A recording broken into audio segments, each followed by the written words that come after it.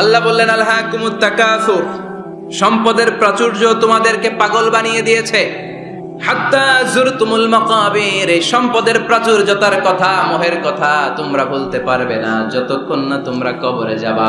কবরের ঘর আসল ঘর, এটা আল্লাহ বুঝাতে চাইলেন। হাত্তা যুরতুমুল মাকাবির, মাকবার মানে কবরস্থান, এটার প্লুরাল হলো মাকাবের। আল্লাহ বললেন এই কবরস্থানে যাওয়ার আগ পর্যন্ত দুনিয়া কামানোর লোভ আর লালসা তোমাদের কমবে। আলহাকুমুত তাকাসুর, অর্থ, সম্পদ, বিত্ত, বৈভব, ক্ষমতা, এগুলো অর্জনের আকাঙ্ক্ষা আমাদেরকে পাগল বানিয়ে দিয়েছে। কিসের নেশায় যে আমরা ছুটছি, শুধু ছুটছি প্রতিযোগিতার প্রতিযোগিতা, কোন দিকে যে যাচ্ছি আমরা নিজেরাও জানি না। চাহিদার আমাদের শেষ নাই, যার যত বেশি তার চাহিদা তত বেশি। গাড়ি আছে বাড়ি চাই, বাড়ি আছে নারী চাই, এটা আছে ওটা চাই, ওটা আছে সেটা চাই, এরকম চাহিদা আছে না নাই? যারে আল্লাহ দিয়েছে বেশি তার চাহিদাও তত বেশি, ঠিক কিনা? এজন্য আল্লাহ বললেন আলহাকুমুত তাকাসুর, তোমাদের চাহিদার কোনো কমতি নাই, তোমাদের চাওয়া পাওয়ার কোনো শেষ নাই। যার সাইকেল আছে সে মোটর সাইকেল চায়, মোটর সাইকেল আছে তো প্রাইভেট কার চায়, প্রাইভেট কার আছে মনে মনে ভাবে প্লেনে চড়তে পারলে একটু ভালো হয়। পাগল হয়ে গিয়েছি, আরো চাই, আরো লাগবে, আমার আরো লাগবে, এরকম মানসিকতা আমাদের অন্তরের ভেতরে আছে না নাই? আনলিমিটেড ডিমান্ড, শেষ নাই।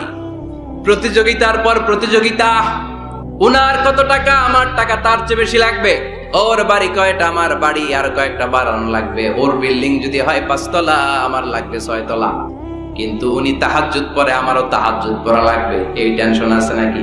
ওনার বাড়ি 5 তলা, আমারটা লাগবে 8 তলা। বিষ্ণু বলেছেন one of the minor sign before the day of judgement, people will start to compete to construct high rise buildings. কিয়ামতের আগে লোকজন বড় বড় বিল্ডিং বানানোর প্রতিযোগিতা শুরু করে দিবে। ওয়া আনতারাল হুফাতাল উরাতাল আলাতা রিয়া আশাইয়াতাতাওয়ালুনা ফিল বুনিয়ান। বিষ্ণু বললেন তোমরা দেখবে এমন কিছু লোক সমাজের গরিব ছিল, পায়ে দেওয়ার মতো জুতা ছিল না, গায়ে দেওয়ার মতো জামা ছিল না, পেটে দেওয়ার মতো খাবার ছিল না, হু হু করে তারা বড় লোক হয়ে গিয়েছে। আর সমাজের এদিকে সেদিকে আনাচে কানাচে বিল্ডিং বানানোর প্রতিযোগিতা করতে শুরু করেছে। আজ থেকে 20 বছর আগে এখন যেমনি টাওয়ার বানানোর প্রতিযোগিতা এগুলো ছিল, কথা বলে, তার মানে এগুলো কিয়ামতের আলামত।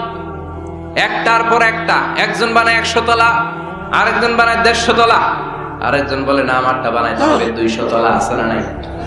জেদ্দাতে এবার হজে জেদ্দায় দেখলাম যে সবচেয়ে বড় টাওয়ারটা কাজ এখনো শেষ হয় নাই, 19 সালে খুব সম্ভব ওরা কমপ্লিট করতে পারবে। গত 5 বছর ধরে চালাইয়েই যাচ্ছে কিংডম টাওয়ার, 1000 মিটার উঁচু। আরেকটা আছে দুবাইতে বুর্জ আল খলিফা, 818 মিটার উঁচু। কিংডম টাওয়ার হচ্ছে 170 তলা, আর বুর্জ আল খলিফা 163 তলা। চায়নাতে একটা আছে সাংহাই টাওয়ার, তাইওয়ানে একটা আছে দি টাইপেরাং 101, 101 তলা। ইয়াতাতাওয়ালুনা ফিল বুনিয়ান, বিল্ডিং বানানোর প্রতিযোগিতা। অমিয়া কিয়ামতের দিন ইসরাফিলের সিঙ্গার ফুৎকারে ইদা জুলজিলাতিল আরদু জিলজালাহা, একটা ভূমিকম্প যে তৈরি হবে, গোটা বিশ্বে যে একটা ভূকম্পন হবে, ওই ভূকম্পনের চোটে একটা টাওয়ারও টিকে থাকবে নাকি? এজন্য আল্লাহ বললেন আলহাকুমুত তাকাসুরু হাত্তা যুরতুমুল মাকাবির, দুনিয়ার সম্পদ, লোভ, লালসা, এই সম্পদের প্রতি আকাঙ্ক্ষা তোমাদেরকে গাফেল বানিয়ে দিয়েছে। এই গাফলতি তোমাদের কমবে না, থামবে না। হাত্তা যুরতুমুল মাকাবির, যতদিন না কবরে যাও, কবরে না যাওয়া পর্যন্ত এই খাই খাই নাই নাই এই মানসিকতা তোমাদের থেকে কশিন কালেও যাবে না। চিৎকার করে বলেন কথাটা কার? আমাদের চলাফেরা, কথাবার্তা, লাইফস্টাইল দেখলে মনেই হয় না যে আমরা মরব, মনে হয় যে 1000 বছর রাজত্ব করতে আমরা এসেছি, কেউ আমাদেরকে থামাতে পারবে না, কোনোদিন আমাদের মরণ হবে না। চিল্লায় বলেন ঠিক কিনা? এই দুনিয়াটা আসল জীবন না, আসল জীবন কবরের জীবন। এই দুনিয়ার দৃষ্টান্ত আল্লাহর কাছে হলো 4টা স্বর্ণের টুকরার মতো আর 3টা লাশের মতো। স্বর্ণের টুকরা কয়টা, লাশ কয়টা? বনি ইসরাইলের জামানাতে 3 জন যুবক কর্মের সন্ধানে, কাজের সন্ধানে বেরিয়েছিল। হঠাৎ করে তারা এক গুপ্তধন পেয়ে যায়। গুপ্তধনে তারা পেয়েছে 4টা বড় বড় স্বর্ণের টুকরা। কয়টা? মহা খুশি, খুশিতে বাকবাকুম। চিন্তা করলে আমরা আজীবন খেয়ে পড়ে চলে যেতে পারবো, কিছুই করা লাগবে না। তিনজন মিলে স্বর্ণ নিয়ে বসে প্ল্যান করলো, ভাগ বটোয়ারা করার আগে একজন বাজার থেকে রুটি কিনে নিয়ে আয়, আগে পেট ভরে খেয়ে নেই, তারপরে ভাগ বটোয়ারা। একজন রুটি আনতে গিয়েছে, ওই দুইজন ভাবতে শুরু করলো, যেটারে রুটি আনতে পাঠাইছে ওইটারে যদি মেরে দিতে পারি তাহলে ভাগাভাগির আর কোনো কাম নাই। স্বর্ণ কয়টা? তুই নিবি দুইটা, আমি নিব দুইটা। আর যে রুটি কিনতে গিয়েছে সে মনে মনে ভেবেছে রুটির মধ্যে বিষ মাখিয়ে নিয়ে যায়, ওই দুইটা বিষ খাইয়া ঠুস। সব যেই চিন্তা ওই কাজ, রুটির মধ্যে বিষ মাখিয়ে নিয়ে এসেছে। দুই বন্ধু ওইটারে ধরে আঘাত করতে করতে দুনিয়া থেকে বিদায় করে দিয়েছে। এবার দুইটা বলে এইটারে মারতে অনেক কষ্ট হয়েছে, আগে খাইয়া লই, এরপরে তুই দুইটা আমি দুইটা। এবার বিষ মাখানো রুটি খেয়ে ওরাও শেষ। আহা, আল্লাহু আকবার। 4টা স্বর্ণের টুকরা পড়ে আছে, 3টা লাশ পড়ে আছে। হাদিহি মাসালু হায়াতিদ দুনিয়া, এটা দুনিয়ার জীবনের দৃষ্টান্ত। এজন্য মানুষের স্বভাব হলো আরো চাই, আরো চাই।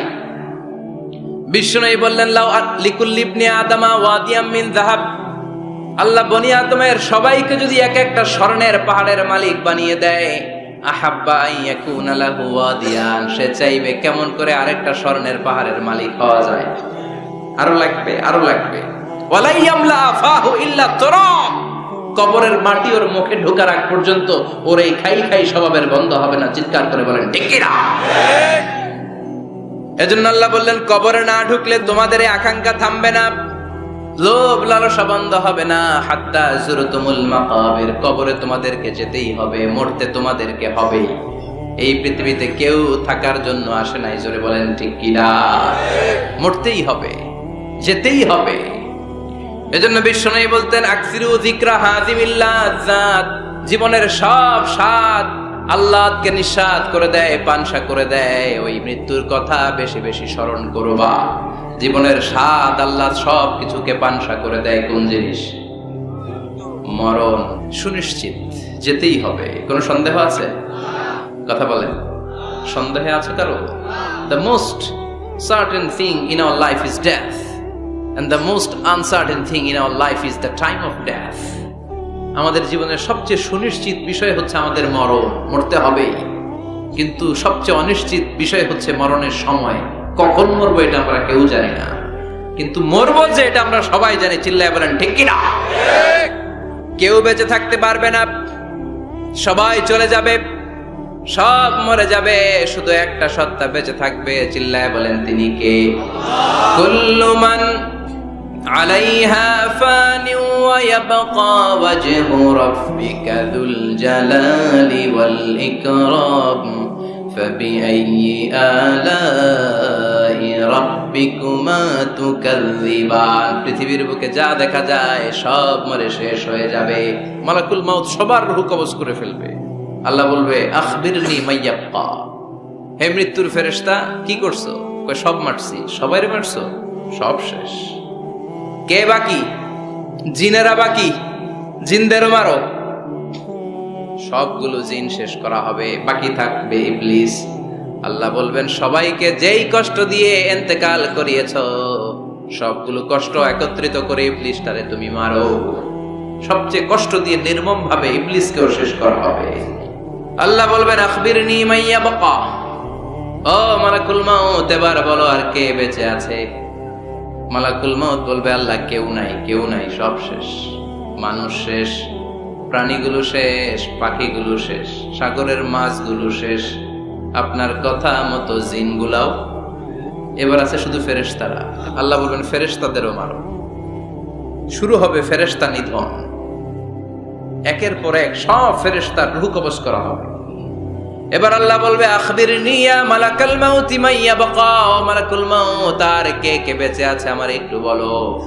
মালাকুল মাউত বলবো সব শেষ, সব ফেরেশতাগুলোরও মেরে ফেলেছি, শুধু 4 জন আছে, জিব্রাইল, ইসরাফিল, মিকাইল, আর আমি আপনার হুকুমের গোলাম আজরাইল। আল্লাহ বলবে ইসরাফিলের রূহ কবজ করো। ইসরাফিলের রূহ কবজ হয়ে যাবে।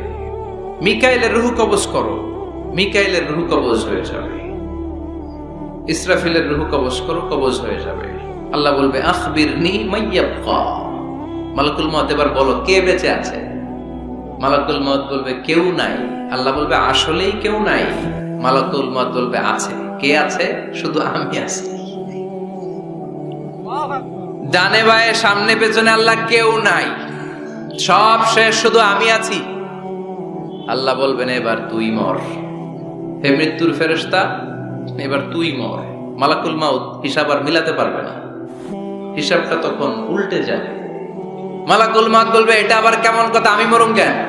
আমি না মারছি? আমি না মারছি? আমি মেরে সাবার করেছি সব, আমি কেন মরব? আল্লাহ বলবেন মালাকুল মউত এটাই তো বিধান, কুল্লু নাফসিন যায়িকাতুল মাউত, দুনিয়ার প্রত্যেককেই মৃত্যুর স্বাদ নিতে হবে রে মালাকুল মউত। যদিও তুমি মেরেছ, সবাইকে তুমি মেরেছ, এখন তোমার মরণের পালা, এবার তুমি মরো, কারণ তোমাকেও মরতে হবে, তোমাকেও মরতে হবে। এই কথা শুনে মালাকুল মউতের গায়ে জ্বর এসে যাবে, খিচুনি এসে যাবে, কাঁপুনি ছুটে যাবে, কাঁপতে থাকবে মালাকুল মউত। কি ভয়ঙ্কর দৃশ্যের না জানি অবতারণ হবে সে সময়। কাঁপতে থাকবে মালাকুল মউত। আল্লাহ বলবেন কেঁপে লাভ নাই, ভয় পেয়ে লাভ নাই, জান্নাত জাহান্নামের মাঝ বরাবর একটা জায়গা আছে, ওই জায়গায় যেয়ে দাঁড়াও। মালাকুল মউত ওই জায়গার মাঝখানে যেয়ে দাঁড়াবে আর কাঁপবে। আল্লাহ চিৎকার দিয়ে বলবেন মুত ইয়া মালাকাল মাউত, মুত, মর, মরে যা, মরে যা। বলার সাথে সাথে মালাকুল মউত জান্নাত এবং জাহান্নামের মাঝখানে বিকট একটা চিৎকার দিয়ে মরে লাশ হয়ে যাবে।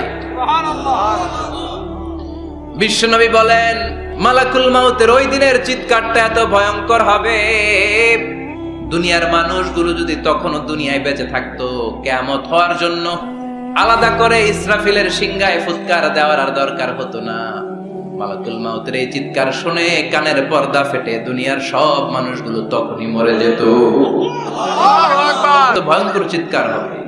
মালাকুল মউত শেষ, এবার সামনে পেছনে ডানে বায়ে উপরে নিচে কেউ নাই, একজন ছাড়া, তিনি কে? আল্লাহ সেদিন হুঙ্কার দিবেন। আল্লাহ বলবেন পৃথিবীর বড় বড় প্রধানমন্ত্রীরা কোথায়? আইনাল মুলুক, যারা ক্ষমতার দাপট দেখিয়েছে তারা আজকে কোথায়? আইনাল বিহার, সাগরগুলো কোথায়? আইনাল আনহার, নদীগুলো কোথায়? আইনাল আশজার, বড় বড় বটগাছগুলো কোথায়? আইনাল জাবাবেরা, আইনাল মুলুক, অত্যাচারের স্টিম রোলার যারা আমার মুমিন বান্দাদের উপর চালিয়েছে, ওই বেয়াদব গাদ্দার মুনাফিকগুলো কোথায়? ডানে বায়ে কেউ নাই, আল্লাহ একাই হুঙ্কার দিবেন। হুঙ্কার ছেড়ে তিনি বলবেন লিমানিল মুলকুল ইয়াউম, লিমানিল মুলকুল ইয়াউম, who belongs the kingdom today, আজকে ক্ষমতা কার? আল্লাহ নিজেই উত্তর দিবেন লিমানিল মুলকুল ইয়াউমা লিল্লাহিল ওয়াহিদিল কাহ্হার, আজকে ক্ষমতার মালিক মহাবিশ্বের কেউ নয়, ক্ষমতার মালিক হলেন একজন, তিনি কে? কেউ থাকবে না, সব চলে যাবে, একজন ছাড়া, তিনি কে? এজন্য আল্লাহ বললেন আলহাকুমুত তাকাসুরু হাত্তা যুরতুমুল মাকাবির, দুনিয়ার লোভ লালসা তোমাদেরকে মোহাচ্ছন্ন করে রেখেছে, এই মোহ কোনদিন তোমাদের কাটবে না। হাত্তা যুরতুমুল মাকাবির, যতদিন না কবরে ঢুকবা। চিল্লায় বলেন ঠিক কিনা? এজন্য বিশ্বনবী বলতেন কবর হলো জাহান্নামের প্রথম স্টেশন, কবর হলো আখিরাতের প্রথম স্টেশন। কবরের এই স্টেশনে যদি মাফ পাওয়া যায়, সামনে যতগুলো স্টেশন পার হতে হবে সবগুলারে সহজ করে দিবে কে? আর কবরের স্টেশনে যদি গন্ডগোল লাগে, সামনে আরো গন্ডগোল আছে না? এজন্য বিশ্বনবী সব সময় দোয়া করতেন আল্লাহুম্মা ইন্না নাউযু বিকা মিন আযাবিল কবর, ও আল্লাহ কবরের আযাব থেকে তুমি আমাদের বাঁচাও, পড়ে না আমিন। বিশ্বনবী বলতেন আমি দেখেছি কবরের মধ্যে তোমাদেরকে প্রশ্ন করা হবে, কবরে তোমাদের পরীক্ষা নেওয়া হবে, পুরো দুনিয়াটাই যেমনি পরীক্ষা, আখিরাতের প্রথম স্টেশন কবরেও পরীক্ষা আছে না? মুমিনদের জন্য 4টা, কাফিরদের জন্য 3টা। প্রশ্নপত্র ফাঁস করে দিছে কে? কবর দেওয়ার পরে 40 কদম যখন আত্মীয়রা চলে যায়, দুজন ফেরেশতা আসবে, বসাবে, এই ঘটনাটা আমারও ঘটবে, আপনারও ঘটবে, বিশ্বাস হয়? প্রস্তুত আছেন তো? বসিয়ে দেয়া হবে। মুমিন বান্দাকে প্রথম প্রশ্ন করবে, আমার রব্বুক, তোর রবের নাম কি? মুমিন বান্দা বলিষ্ঠ কণ্ঠে বলে দিবে, আল্লাহ আমার রব, এই রবই আমার সব। দ্বিতীয় প্রশ্ন, আমা দীনুক, তোর দিনের নাম কি, ধর্মের নাম কি? চিৎকার দিয়ে আমরা বলবো আমাদের ধর্মের নাম। তৃতীয় প্রশ্ন করা হবে, মান হাদার রাজুল, দেখো তো এই লোকটারে চিনো কিনা, এই লোকটারে চিনা চিনা লাগে কিনা। আমরা বলবো চিনি, মানি এই লোকের জন্য আমরা দুনিয়াতে সব করতে রাজি ছিলাম। চাঁদের চেয়ে সুন্দর তুমি, নবী আমার কমলি ওয়ালা, দু জাহানের বাদশাহ তুমি, প্যারা নবী সাল্লাল্লাহু আলা। আমরা বলবো এটা আমাদের কামলিওয়ালা নবী, এই নবীর অনুসরণ আমরা করেছি, এই নবীর কথা আমরা দুনিয়ায় মেনেছি। তার মানে প্রথম প্রশ্নেও পাস, দ্বিতীয় প্রশ্নেও পাস, তৃতীয় প্রশ্নেও পাস। এবার মুমিনদের জন্য এক্সট্রা একটা কোশ্চেন আছে না নাই? 4 নাম্বার প্রশ্নটাও জেনে রাখেন, কবরে কাজে লাগবে। তখন জিজ্ঞেস করা হবে, ওমা ইলমুক, এই যে 3টা প্রশ্নের উত্তর দিতে পারলা বাঘের বাচ্চার মতো, তথ্যসূত্র কি? What is the reference? করতে শিখছো, কোত্থেকে শিখেছেন বলে আসতে হবে। আমরা বলবো আমরা কোরআন থেকে শিখেছি, হাদিস থেকে শিখেছি, মাহফিলগুলোতে জেনেছি, বয়ানগুলো থেকে শিখেছি। পড়েন সুবহানাল্লাহ। 4টা প্রশ্নের উত্তর যখন আপনি দিয়ে দিবেন, ফেরেশতারা বলবে আহলান ওয়া সাহলান, কংগ্রাচুলেশন। কি বলবে? আহলান ওয়া সাহলান, মানে কংগ্রাচুলেশন, খুশ আমদেদ। ওয়া ইফসাহু লাহু কবরুহু 70 যিরান, কবরটারে 70 হাত লম্বা করে দেয়া হবে। ওয়া ইফতাহু লাহু বাবুন ইলাল জান্নাহ, জান্নাতের দিকে একটা দরজা সেট করে দেয়া হবে। ওই জায়গা দিয়ে, দরজা দিয়ে জান্নাতের এয়ার কন্ডিশনের ঘরগুলো থেকে ঠান্ডা হিমেল বাতাস আর সুগন্ধ এসে কবরটারে আমোদ করে দিবে। ওয়া ইউলবাসু মিন লিবাসিল জান্নাহ, জান্নাতের চমৎকার একটা পোশাক পরিয়ে দেয়া হবে। সুবহানাল্লাহ। আর বলা হবে নাম কানাউমিল আরুস, বাসর রাতে বর যেমনি কনেকে নিয়ে আনন্দের ঘুম দেয়, তুমিও একটা ঘুম দাও। মধুর একটা ঘুম আপনার সেদিন হবে। ইসরাফিলের সিংগার আওয়াজ ওই হুইসেল বাজার আগ পর্যন্ত ওই ঘুম কেউ আপনার ভাঙাতে পারবে না। আল্লাহ কবরের 4টা প্রশ্ন, এগুলোর সঠিক উত্তর দিয়ে জান্নাতের পোশাক পরে আমরাও যেন ঘুমিয়ে থাকতে পারি, তৌফিক দাও। এবার নাস্তিকদের পালা, বামপন্থীদের পালা, রামপন্থীদের পালা, ইসলাম বিরোধীদের পালা, কোরআন বিরোধীদের পালা, নবী বিরোধীদের পালা। ওদের সামনে 2জন ফেরেশতা আসবে, আসওয়াদান আজরাকান, নীলাভ চোখ, কালো গাত্র বর্ণের। নীলাভ চোখ, চোখগুলো নীল, গায়ের কালার হবে কালো। তাহলে কি ভয়ঙ্কর চেহারা হবে ফেরেশতা 2জনের। এসে বলবে, ওঠ, বস। মার রব্বুক, তোর রবের নাম কি? জানি না। লা আদরি, আমি জানি না। দ্বিতীয় প্রশ্ন, ওমা দীনুক, তোর ধর্মের নাম কি?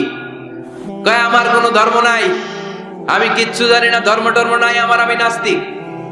ফেরেশতারা বলবে, ও তুমি নাস্তিক, দাঁড়াও, আর একটা বাকি প্রশ্ন, এরপরে খেলা শুরু। ঠিক কিনা? 3 নাম্বার প্রশ্ন, ওমান হাযার রাজুল, এই লোকটাকে চিনো কিনা দেখো। নাস্তিক বলবে, না চিনি না, তবে নাম শুনেছি, ওনার বিরুদ্ধে আমি ব্লগে লিখতাম, ওনার পুত পবিত্র চরিত্রের ব্যাপারে আমি দুনিয়ার বুকে মন্দ কথা বলতাম, ওনারে আমি গালি দিতাম, আমি ছিলাম ওনার বিরুদ্ধ শক্তি, ওনার পক্ষের কোন শক্তি আমি ছিলাম না, আমি সব সময় ওনার বিপক্ষে ছিলাম। ফেরেশতারা বলবে, হায় হায়, তুই তো 00, 100তে কত পাইছে? কথা কর। লা দারাইতা ওয়ালা তালাইতা, কিছুই পারলি না, তুই তো পোড়া কপাল। ফায়ুতরাকু মিন মাতারিক মিন হাদিদ, লোহার একটা হাতুড়ি থাকবে, এক হাতুড়ির বাড়িতে মাথাটা ছিন্ন বিচ্ছিন্ন হয়ে যাবে, দেহটা জমিনের মধ্যে ঢুকে যাবে।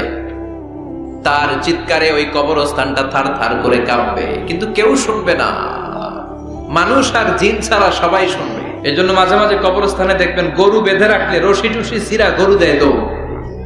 ইউকালু লিল আরদি, জমিনকে বলা হবে ইলতাইমি, চাপ দাও। প্রেসার মারো, ফাতাখতালিফা আতলাউহু, দেহের এই পাঁজরগুলো ডান দিকের পাঁজর বাম দিকে যাবে, বাম দিকের পাঁজর ডান দিকে আসবে, পুরো দেহটা পাউডার হয়ে যাবে। তার এক একটা চিৎকারে পুরো কবরস্থান থারথার করে কাঁপবে। হাত্তা সাআ, আর এই খেলা চলতে থাকবে ইসরাফিলের সিংহা পর্যন্ত। মুমিনের ঘুম চলতে থাকবে ইসরাফিলের, আর ওর সাথে ফেরেশতাদের খেলা আছে না নাই? এটার নাম ফাইনাল খেলা। এজন্য আল্লাহ বললেন কবরে তোমার যেতেই হবে। আলহাকুমুত তাকাসুরু হাত্তা যুরতুমুল মাকাবির, কবরে তোমাকে যাওয়াই লাগবে। কবরের শাস্তি তোমার পেতেই হবে, কবরের পরীক্ষার সম্মুখীন তোমাকে হতেই হবে। জোরে বলেন ঠিক কিনা? এজন্য মাঝে মাঝে কবরস্থানে যাওয়ার দরকার আছে না নাই? বিশ্বনবী বলেছেন নাহাইতুকুম আন জিয়ারাতিল কবর, আমি এক সময় কবর জিয়ারত করতে নিষেধ করতাম। আলআনা ফাজুরুহা, এখন বললাম কবর জিয়ারত করো, সমস্যা নাই, কিন্তু কবরে পড়ে থাকা ব্যক্তিটার কাছে কিছু চাওয়া যাবে নাকি? আল মাইয়িতু ফিল কবর কাল গরিকু ফিল বাহর, সাঁতার না জানা ব্যক্তি সাগরে পড়লে যত অসহায়, কবরে পড়ে থাকা ব্যক্তি তার চাইতেও বেশি অসহায়। সে আপনারে কি দিবে? আপনি দিয়ে আসবেন, যে আপনি সালাম দিয়ে আসবেন, দোয়া দিয়ে আসবেন, সে আপনার কিচ্ছু করতে পারে না। করতে পারে একজন, তিনি কে? এজন্য খবরদার, কবরস্থানে আগরবাতি দেয়া যাবে না, মোমবাতি দেয়া যাবে না, লাল শালু দেয়া যাবে না, মশারি দেয়া যাবে না। মাজারে মোমবাতি দিয়ে আসে, আছে না নাই? মোমবাতি কেন দেয়? ভিতরে আলো নাই নাকি? আহা, কপাল পোড়া। মোমবাতি দিবেন যেখানে ইলেকট্রিসিটি নাই, যেই ঘরে আলো নাই ওই ঘরে আলো দিলে আপনার বাবার কবরে আলো দিয়ে দিবে কে?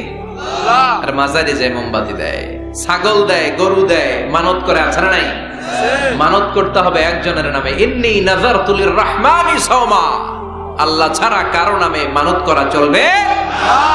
এজন্য খবরদার, কবরে যে কিছু চাওয়া যায় না। কবরে জিয়ারত করবেন, যে সালাম দিবেন, কি দিবেন? আসসালামু আলাইকুম আহলা দিয়ার মিনাল মুমিনিন ওয়াল মুসলিমিন ওয়া ইন্না ইনশাআল্লাহু বিকুম লাহিকুন আনতুম লানা সালাম ওয়া নাহনু লাকুম তাবা ইয়ারহামুল্লাহ আল মুস্তাকদিমিনা মিন্না ওয়াল মুস্তাখিরিন নাসআলুল্লাহ লানা ওয়া লাকুমুল আফিয়া। বিশ্বনবী কবর দেখলে এই লম্বা দোয়াটা পড়তেন, চিল্লায় পড়েন সুবহানাল্লাহ। এর মানে হলো কবরবাসীরা সালাম, আল্লাহ আপনাদের উপর রহমত করুক, আপনারা নিচে আমি উপরে, তার মানে এই না আমি একদিন আসবো না। সবার গন্তব্য একটা, দ্য সেম ডেস্টিনেশন। আপনারা হয়তো কিছুদিন আগে গিয়েছেন, কিছুদিন পরেই আমরা আসতেছি। কথা বলেন, এটা মাথার মধ্যে ঢুকিয়ে দেয় কে? এজন্য কবর জিয়ারতের দরকার আছে না নাই? এজন্য আল্লাহ বললেন আলহাকুমুত তাকাসুরু হাত্তা যুরতুমুল মাকাবির, দুনিয়ার ভোগের সামগ্রী তোমাদেরকে পাগল বানিয়ে দিয়েছে। কবরে না ঢোকা পর্যন্ত তোমাদের এই গাফলতি কোনোদিন শেষ হবে না। এরপর আল্লাহ বললেন কাল্লা, নেভার, কখনো না। তোমরা যে ভাবতেছো টাকা পয়সা ক্ষমতা তোমারে বাঁচিয়ে রাখবে, পারবে নাকি? কাল্লা সাউফা তা'লামুন, অচিরেই জানতে পারবা আসল ঘটনা কি। সুম্মা কাল্লা সাউফা তা'লামুন, অচিরেই জানবা কবরের জগৎটা কত ভয়াবহ। এজন্য বিশ্বনবী বলতেন প্রত্যেক নামাজি সালাম ফেরানোর আগে আল্লাহর কাছে চারটা জিনিস থেকে পানা চাবা। কয়টা? এক হলো কবরের আযাব, দুই হলো জাহান্নামের আযাব, তিন হলো দিন দুনিয়ার ফিতনা, চার হলো দাজ্জালের ফিতনা। বিশ্বনবী সালাম ফেরানোর আগে পড়তেন আল্লাহুম্মা ইন্না নাউযু বিকা মিন আযাবিল কবর ওয়া নাউযু বিকা মিন আযাবি জাহান্নাম ওয়া নাউযু বিকা মিন ফিতনাতিল মাহইয়া ওয়াল মামাত ওয়া নাউযু বিকা মিন ফিতনাতিল মাসীহিদ দাজ্জাল। পড়েন আমিন। এরপর আল্লাহ বললেন কাল্লা লাউ তা'লামুনা ইলমাল ইয়াকিন, যেদিন তুমি মৃত্যু নিজ চোখে দেখবা ওই দিন তোমার যে এক্সপেরিয়েন্স হবে, ওয়াজ শুনে, সেটা কোনোদিন হবে না। ইয়াকিন তিন ধরনের, একটা ইলমুল ইয়াকিন, মরতে হবে, এটা যখন জানি ইলমুল ইয়াকিন। এবার একদিন সামনে একজনের দেখলাম মরে গেছে, এটা হচ্ছে আইনুল ইয়াকিন, দেখলাম। আর যেদিন নিজে মরবো এটার বলে হাক্কুল ইয়াকিন, ঠিক কি না? এজন্য আল্লাহ বললেন গোলাম লা তারাউন্নাল জাহিম, সেদিন কবর তোমরা দেখবা, সেদিন জাহান্নামের টকবগে আগুন তোমরা দেখবা। জাহান্নামের আগুন দুনিয়ার আগুনের মতো নাকি? জাহান্নামের আগুনকে আল্লাহ বলেছে নারুল্লাহ, এটা আল্লাহর আগুন। কার আগুন? গ্যাসের চুলা দিয়ে আমরা ঘরে যে তরকারি পাকাই যে আগুন দিয়ে, এই আগুন জাহান্নামের আগুন একরকম? 70 গুণ বেশি তেজ। সেদিন তোমরা সেই ভয়ঙ্কর দোজখ দেখবা। সুম্মা লাতারাবুন্নাহা আইনাল ইয়াকিন, চাক্ষুষ দেখবা। সুম্মা লাতুসআলুন্না ইয়াউমাইযিন আনিন নাঈম, সেদিন আল্লাহর দেয়া সবগুলো নেয়ামতের ব্যাপারে তোমাদের জিজ্ঞেস করবে কে? পাঁচটা বিষয়ের হিসাব চাইবে। নাম্বার 1, আন হায়াতিহি ফিমা আফনা, তোমার জীবনটাকে তুমি কোন কাজে লাগিয়েছো? এটা হচ্ছে কমন কোশ্চেন। কবরের প্রশ্ন আমাদের 4টা, আর কিয়ামতের ময়দানে কয়টা? কথা কম। নাম্বার 1, জীবন দিয়েছে, জীবন কোন কাজে লাগিয়েছো? নাম্বার 2, জীবনে যে যৌবন আছে, যৌবনটারে কোন কাজে লাগিয়েছো? ঠিক কিনা? যৌবনের ইবাদত আল্লাহর কাছে বড় প্রিয়। যুবক যারা নামাজ পড়ে, বুড়ো হলে নামাজ পড়তে না পারলেও আমল নামায় নামাজের সওয়াব দিবে কে? 30 বছর গভর্নমেন্ট জব করার পরে বয়স হচ্ছে 60, আর করতে পারেন না, তখন একটা এক বান্ডেল টাকা আপনারে দিয়ে দেবে। পেনশন স্কিম, জাতিকে সাথ দিয়েছেন, এখন পারেন না, তারপরেও টাকা আছে না নাই?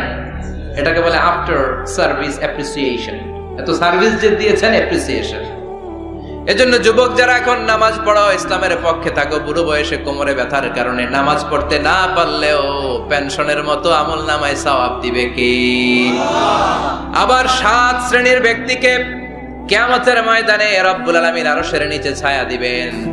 ওই 7 শ্রেণীর মধ্যে যুবক শ্রেণী একটা আছে, যেই যুবক তার যৌবনে আল্লাহর ইবাদত করেছে। পড়েন সুবহানাল্লাহ। আল্লাহর ভয় অন্তরে থাকার দরকার আছে না নাই? এজন্য এই 5টা প্রশ্নের উত্তর না দিয়ে কোনো বনি আদম কিয়ামতের দিন পা নাড়াতে পারবে? আল্লাহ আমরা যেন প্রশ্নগুলোর উত্তর সঠিকভাবে দিতে পারি, তুমি তৌফিক দাও। এজন্য দুনিয়ার মোহে পড়ে থাকা যাবে না, কবরের চিন্তা থাকার দরকার আছে না নাই? কবর নিয়ে ভাবতে হবে। কবর is a reminder for every মুসলিম। এই কবর, গ্রেভিয়ার্ড, কবরস্থানগুলো আমাদের জন্য রিমাইন্ডার। প্রতিদিন অ্যানাউন্স হয়, অমুক এলাকার অমুক ভাই আমাদের মধ্যে দুনিয়ায় নাই, তারপরও আমাদের টনক নড়ে না। ঠিক কিনা? এজন্য আল্লাহ বলেছেন, আলহাকুমুত তাকাসুর, তোদের টনক নড়বে না হাত্তা যুরতুমুল মাকাবির, যতদিন না তোমরা কবরের ভেতরে না ঢুকবে। আমরা যেন কবরের প্রশ্নের জন্য প্রস্তুতি নিতে পারি, কবরের জন্য প্রিপেয়ার্ড থাকতে পারি। আল্লাহ তুমি তৌফিক দাও।